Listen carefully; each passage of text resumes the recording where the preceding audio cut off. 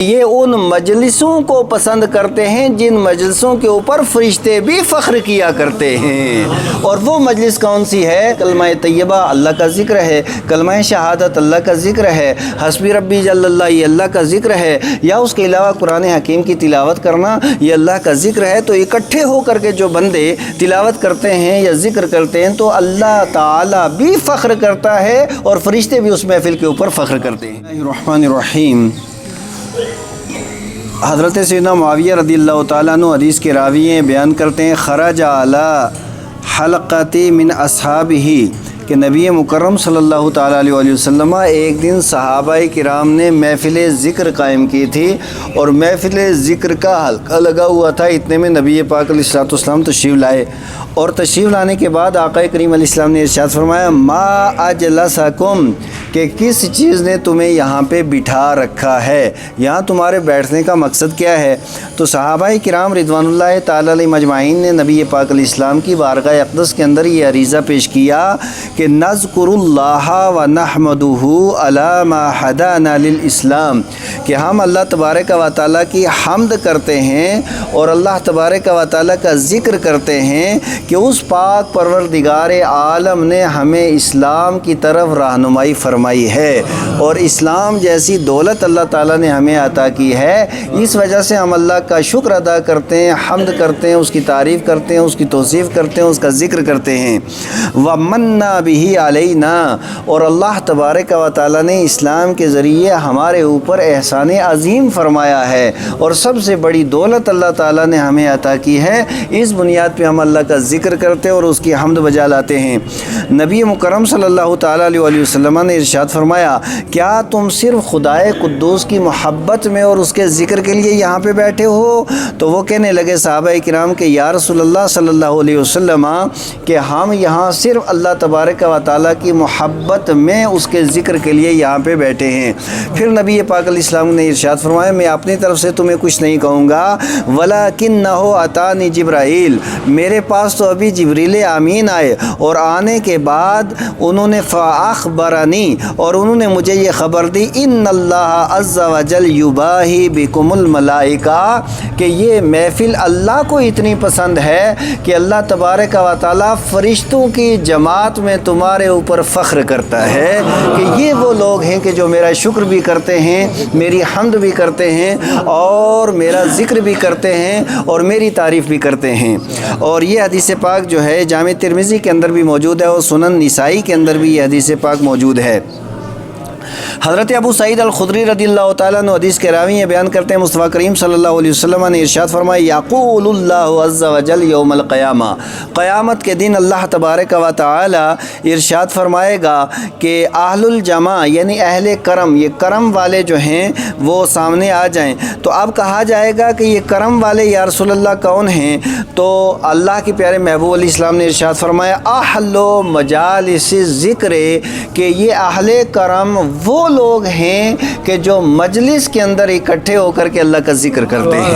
مجلس کے اندر اکٹھے ہو کر کے اللہ کا ذکر کرتے ہیں۔ اب میں آپ کے حضرات کی بارگاہ میں ایک عریضہ پیش کرتا ہوں، آپ سارے پڑھے لکھے لوگ ہیں، مجھے آپ یہ بتائیے یہاں تو کتب احادیث کے اندر جو باب باندھے ہیں وہ ہے حضور فی حضور مجالس ذکر والاجتماع علی ذکر اللہ، کہ یہ مجلس ذکر قائم کرنا اور اجتماع قائم کرنا اللہ کے ذکر کا۔ اس کے باوجود بھی کئی لوگ اعتراض کرتے ہیں کہ مجلسوں کا کہاں پہ تذکرہ ہے اور ان کا ثبوت کہاں پہ ہے، یہ اجتماع کہاں سے آ گیا، یہ اکٹھے ہو کر کے اللہ اللہ کیوں کرتے ہیں، یہ اجتماعی ذکر کیوں کرتے ہیں؟ حالانکہ محدثین کرام نے باضابطہ باب باندھ کر کے اس کے تحت احادیث مبارکہ لائے ہیں کہ یہ محفلیں کتنی برکت اور شان والی ہوا کرتی ہیں۔ حضرت انس بن مالک رضی اللہ تعالیٰ عنہ اس کے راوی بیان کرتے ہیں کانا عبداللہ بن رواحہ رضی اللہ تعالیٰ عنہ، کہ حضرت عبداللہ ابن رواحہ رضی اللہ تعالیٰ عنہ مشہور صحابی رسول ہیں کہ ان کو اللہ تبارک و تعالیٰ نے علم نفاق عطا کیا تھا، یہ چہرہ دیکھ کر کے بتا دیتے تھے کہ کون آدمی منافق ہے اور کون آدمی منافق نہیں ہے۔ حضرت سیدنا عمر رضی اللہ تعالیٰ عنہ اکثر فرمایا کرتے ذرا میرا چہرہ دیکھ کر کے بتاؤ کہ میں کیسا آدمی ہوں، تو عبداللہ بن رواحہ فرمایا کرتے حضور والا آپ کے اندر ایک علامت بھی نفاق والی نہیں ہے، وہ شان اللہ تعالیٰ نے آپ کو عطا کی ہے۔ تو اب یہ حضرت عبداللہ بن رواحہ اب یہ جب کسی بھی شخص سے ملاقات کرتے نا مصطفیٰ کریم علیہ السلام کے صحابہ میں سے، تو ان کا طریقہ یہ ہوتا کہ یہ کہتے تعال نؤمنو بربنا ساعتن، آؤ تھوڑی دیر ہم اللہ پہ ایمان لائیں۔ تو اب یعنی تھوڑی دیر اللہ پہ ایمان لائے مطلب یہ تھا آؤ تھوڑی دیر بیٹھ کر کے ہم دونوں اللہ کا ذکر کریں، ہم دونوں بیٹھ کر کے اللہ کا ذکر کریں۔ فرماتے ہیں کہ ایک دن یہ ایک شخص کو کہا تو فغضب الرجل، اس کو بڑا غصہ آیا، اور غصہ ہونے کے بعد سیدھا حضور کی بارگاہ میں آیا، فجاء الی النبی صلی اللہ علیہ وسلم فقال یا رسول اللہ، اور آ کر کے عرض کرنے لگا یا رسول اللہ علیہ وسلم دیکھو ذرا عبداللہ بن رواحہ کو کہ ہم تو آپ کی ذات پہ ایمان لائے، اللہ کی ذات پہ ایمان لائے، اور یہ کہتے ہیں آؤ تھوڑی دیر ایمان لائیں۔ تو اتنا سننا تھا، فقال نبی صلی اللہ علیہ وسلم، تو آقا کریم علیہ السلام نے عبداللہ بن رواحہ کے معنی جو انہوں نے لفظ کہے تھے اس کا معنی مطلب مفہوم خود بیان فرمایا کہ ان کا مقصد کیا ہے کہنے کا۔ آقا نے ارشاد فرمایا یرحم اللہ ابن رواحہ، کہ اللہ تبارک و تعالی عبداللہ بن رواحہ پر رحم فرمائے، اس لیے کہ یحب المجالس التی تتباہا بها الملائکہ، کہ یہ ان مجلسوں کو پسند کرتے ہیں جن مجلسوں کے اوپر فرشتے بھی فخر کیا کرتے ہیں۔ اور وہ مجلس کون سی ہے؟ وہ اکٹھے ہو کر کے اللہ کا ذکر کرنا، وہ مجلسیں ہیں جس میں کلمہ طیبہ اللہ کا ذکر ہے، کلمہ شہادت اللہ کا ذکر ہے، حسبی ربی جل اللہ یہ اللہ کا ذکر ہے، یا اس کے علاوہ قرآن حکیم کی تلاوت کرنا یہ اللہ کا ذکر ہے۔ تو اکٹھے ہو کر کے جو بندے تلاوت کرتے ہیں یا ذکر کرتے ہیں تو اللہ تعالیٰ بھی فخر کرتا ہے اور فرشتے بھی اس محفل کے اوپر فخر کرتے ہیں۔ حضرت امام احمد بن حنبل نے مسند کے اندر اس حدیث پاک کو روایت کیا ہے، اور انہی سے یہ حدیث بھی مروی ہے۔ ذرا الفاظ کے اوپر غور کرنا کہ انہی سے مروی ہے، وہ مصطفیٰ کریم علیہ السلام سے روایت کرتے ہیں انس بن مالک، وہ کہتے ہیں ما من قوم اجتماعوا یذکرون اللہ عز وجل، کہ جو قوم بھی اکٹھی ہوتی ہے اللہ کا ذکر کرنے کے لیے، لا یریدون بذالک الا وجہہ، اور ان کا صرف ایک مقصد ہوتا ہے کہ ہم اپنے رب کو راضی کر دیں، صرف ایک مقصد، اس کے علاوہ کوئی دوسرا مقصد نہیں ہے، اور مقصد یہ ہے کہ ہم اپنے رب کو راضی کریں، اس لیے اکٹھے ہو گئے اور اللہ کا ذکر کر رہے ہیں۔ تو اللہ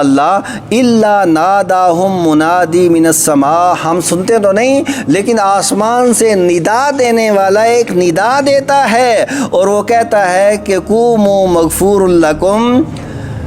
قد بدلت سیئاتکم حسنات، کے دو خوشخبریاں تمہارے لیے، ایک یہ کہ اٹھنے سے پہلے اللہ تعالیٰ نے تمہاری مغفرت فرما دی ہے، اور دوسرا یہ کہ تمہارے گناہوں کو اللہ تعالیٰ نے نیکیوں سے بدل دیا ہے، گناہ نیکیوں کے اندر تبدیل ہو گئے ہیں اور اللہ تعالیٰ نے مغفرت و بخشش بھی فرما دی ہے۔ وہ شان ہے اس مجلس کی جس میں اللہ کا ذکر ہوتا ہے۔ اب یہی وجہ ہے نا صوفیہ کرام، یہ ساری احادیث مبارکہ اولیاء کاملین کے سامنے تھی، اسی وجہ سے، کیونکہ اکٹھے ہونا بھی بڑا مشکل ہے نا، خاص کر آج جو عدیم الفرصت لوگ ہیں، اب ان کے پاس ٹائم تو رہتا نہیں ہے، تو آلریڈی ہم فجر میں اکٹھے ہوتے ہیں، عصر میں اکٹھے ہوتے ہیں، اور اس کے بعد اگر تھوڑی دیر ذکر کر لیا جائے تو ہماری نماز بھی ہو گئی، حلقہ ذکر بھی ہو گیا، حلقہ ذکر بھی ہو گیا، تو یہ کوئی الگ چیز نہیں ہے۔ اور اس حدیث پاک کو بھی حضرت امام احمد بن حنبل نے اپنی مسند کے اندر روایت کیا ہے، اور اس موضوع کی کافی ساری احادیث مبارکہ ہیں، بس ایک حدیث کے اوپر میں گفتگو ختم کروں۔ اس کے راوی بھی حضرت انس بن مالک رضی اللہ تعالیٰ عنہ آقا کریم علیہ السلام سے روایت کرتے ہیں کہ اللہ تبارک و تعالیٰ کے کچھ فرشتے اور زمین میں گھومتے رہتے ہیں اور دیکھتے ہیں اللہ کا ذکر کہاں ہوتا ہے، مجلس ذکر کہاں پہ ہے، وہاں آ کر کے جب وہ آتے ہیں تو آنے کے بعد ان کا کام یہ ہوتا ہے فَإِذَا آتُوا عَلَيْهِمْ حَفُّوا بِهِمْ، وہ آنے کے بعد اپنے نورانی پروں کے نیچے محفل والوں کو ڈھانپ لیتے ہیں، اور ڈھانپنے کے بعد ثم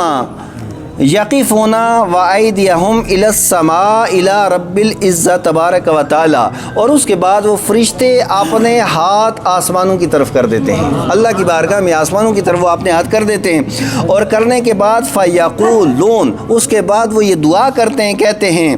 ربنا آتنا علی عباد من عبادک یعظمون آلاءک، او میرے اللہ تو عطا فرما اپنے ان بندوں کو کو جو تیری تعریف و توصیف اور تیری تعظیم و توقیر کرتے ہیں مولا، اور تیری نعمتوں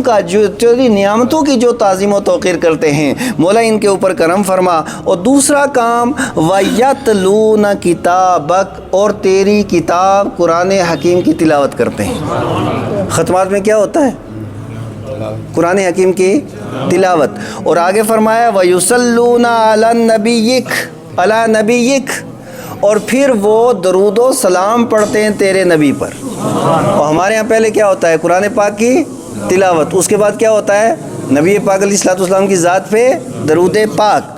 کہ تیرے نبی پاک محمد صلی اللہ علیہ وسلم پہ یہ درود پڑھتے ہیں۔ اور تیسرا کام کیا کرتے ہیں؟ وَيَسْأَلُونَكَ لِآخِرَتِهِمْ وَدُنْيَاهُمْ، یا اللہ یہ آخرت کا سوال بھی تجھ سے کرتے ہیں اور دنیا کا سوال بھی تجھ سے کرتے ہیں۔ ربنا آتنا فی الدنیا حسنہ وفی الآخرۃ حسنہ، یہ دنیا و آخرت تجھ سے مانگتے ہیں۔ فَيَقُولُ اللَّهُ تَبَارَكَ وَتَعَالَى غَشُّوهُمْ رَحْمَتِي، اللہ تعالیٰ پھر ارشاد فرماتا ہے میرے فرشتوں میری رحمت سے انہیں ڈھانپ لو۔ آپ نے تمہارے پر تو ہیں ہی ہے نا، تمہارے نورانی پروں نے بھی ان کو گھیرا ہے اور میری رحمت نے بھی ان کو گھیرا ہے۔ اور اس کے بعد فَهُمُ الْجُلَسَاءُ لَا يَشْقَى بِهِمْ جَلِيسُهُمْ، اور یہ اتنی بابرکت محفل ہے کہ ان کے پاس اگر گناہگار بدکار سیاکار بھی بیٹھ جائے تو وہ بھی بدبخت نہیں ہوتا، اللہ اس کی بھی مغفرت و بخشش فرما دیتا ہے۔ اور دوسری حدیث کے اندر بالکل واضح طور پہ ہے کہ ایک فرشتہ کہے گا، اتنی ہے چند الفاظ مختلف ہے، آگے فرمایا فیہم فلان و فلان الخطا، کہ ان کے اندر تو فلاں فلاں آدمی بہت گنہگار ہیں اس پوری محفل کے اندر۔ فیقول، تو رب تعالیٰ فرمائے گا ہم القوم لا یشقا بہم جلیسہم، یہ ذکر کرنے والے میرے اتنے پیارے ہیں ان کے پاس بیٹھنے والا بدبخت نہیں رہ سکتا ہے، اللہ اس کی بھی مغفرت و بخشش فرما دیتا ہے۔ تو اس وجہ سے یہ جو حلقے ہیں نا، حلقہ ذکر، یہ ہونا بھی چاہیے، بڑی برکتیں اللہ تبارک و تعالیٰ نے ان کے اندر رکھی ہیں۔ اللہ تعالیٰ ہمیں دین سمجھنے کی توفیق عطا فرمائے۔ اللہم صلی وسلم علی سیدنا حبیبنا اشفینا مولانا مولانا الجنہ محمد وبارک وسلم الصلاۃ والسلام علیک یا سیدی یا رسول اللہ۔ اللہم ربنا آتنا فی الدنیا حسنہ وفی الآخرۃ حسنہ وقنا عذاب النار۔ یا اللہ درس قرآن درس حدیث کو عام سے عام تر کرنے کی توفیق عطا فرما، مولا اچھائیاں اور نیکیاں کرنے کی توفیق عطا فرما، گناہوں سے بے حیائیوں سے برائیوں سے بچنے بچانے کی توفیق عطا فرما، عالم اسلام پر رحم و فضل و کرم و احسان فرما۔ یا اللہ ہماری دنیا ہماری آخرت بہتر سے بہتر فرما، شر نفس و شیطان سے ہم سب کی حفاظت فرما۔ یا اللہ یہ تیرے مقدس لمحات ہم سے الوداع ہو رہے ہیں، یا اللہ ان کی قدر کرنے کی توفیق عطا فرما اور ان کی برکات سے ہم سب کو مستفید فرما۔ یا اللہ یا اللہ یا اللہ تو کریم ہے رحیم ہے، ہم سب کے گناہوں کو معاف فرما۔ یا اللہ ہماری تراویح ہماری تلاوت ہمارے روزے اپنی بارگاہ میں قبول فرما۔ یا اللہ فلسطین کے مظلوم مسلمانوں کو فتح و نصرت عطا فرما، پوری دنیا کے اندر جہاں جہاں مسلمان پریشان حال ہیں سارے مسلمانوں کی پریشانیاں دور فرما۔ یا اللہ تیرے مقدس محبوب کی یہ مقدس محفل جس میں فرامین مقدسہ سنائے جا رہے ہیں، تیرے ان نیک بندوں نے اپنا قیمتی وقت نکال کر کے حضور کا یہ کلام سماعت کے ان کی دنیا و آخرت بہتر سے بہتر فرما، ان کے جائز مقاصد میں کامیابیاں عطا فرما، ان کے اولاد میں خیر و برکت نازل فرما، انہیں روزی روزگار عطا فرما۔ یا اللہ اس پوری محفل جس کے دل میں جو بھی نیک تمنا نیک آرزو نیک خواہش مولا تو اس کی تکمیل فرما۔ وصلی اللہ تعالی علی خیر خلق محمد و آلہ و صحبہ اجمعین و بقلا الہ